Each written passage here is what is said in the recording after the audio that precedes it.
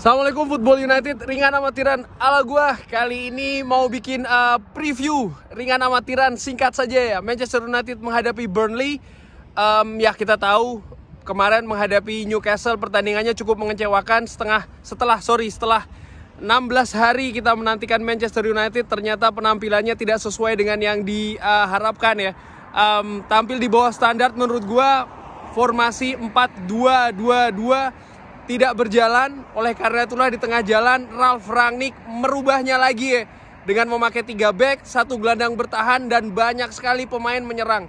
Bagaimana menghadapi Burnley? Burnley kalau tidak salah di 3 pertandingan terakhir juga tidak bisa bermain karena Covid.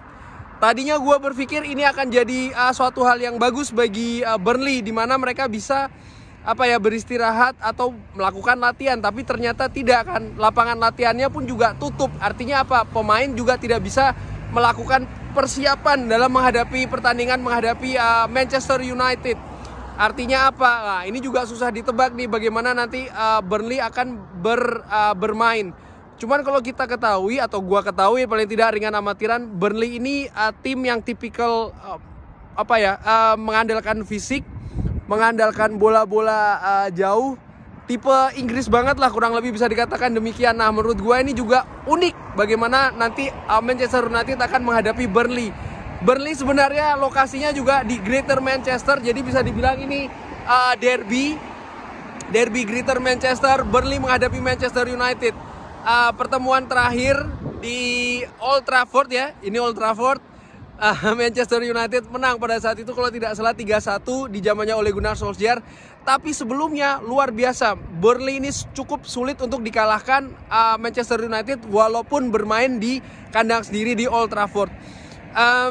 Pemain yang cedera dari kubu Burnley juga tidak banyak, artinya Sean Dyche ini bisa punya banyak pilihan untuk menghadapi pasukan dari Ralf Rangnick.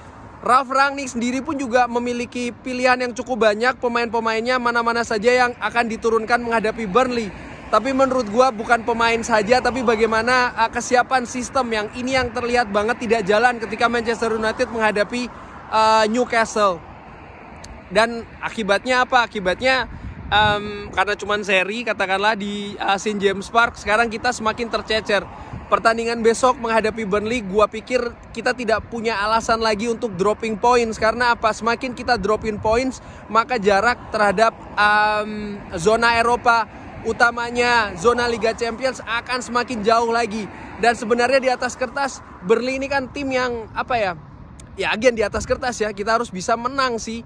Paling tidak menang dulu. Apakah bermain dengan cukup bagus atau tidak, menurut gue itu nomor 2. Karena apa? Sistem masih belum bisa jalan betul. Tapi bagaimana 3 poin ini tetap harus bisa diraih secepat mungkin. Kemarin kita telat panas, telat fokus. Dan ini seharusnya tidak terjadi ketika Manchester United besok menghadapi Burnley. Pemain harus langsung fokus dari menit awal, harus langsung tajam, harus langsung variatif.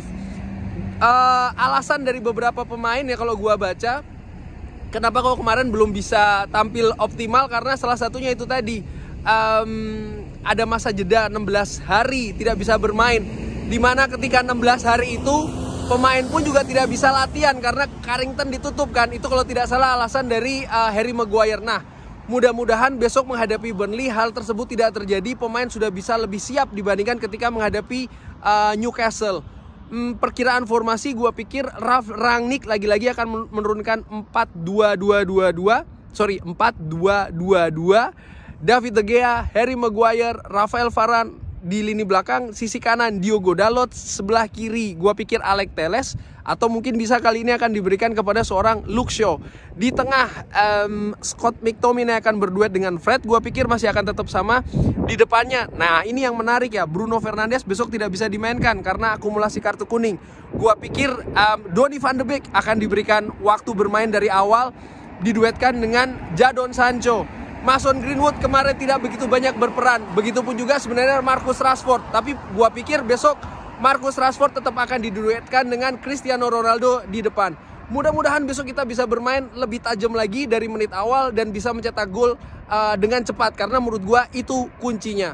Sekian kurang lebih preview ringan amatiran ala gua dari depannya Old Trafford di kota Manchester. Jangan lupa like and subscribe and sholat. Wassalamualaikum warahmatullahi wabarakatuh.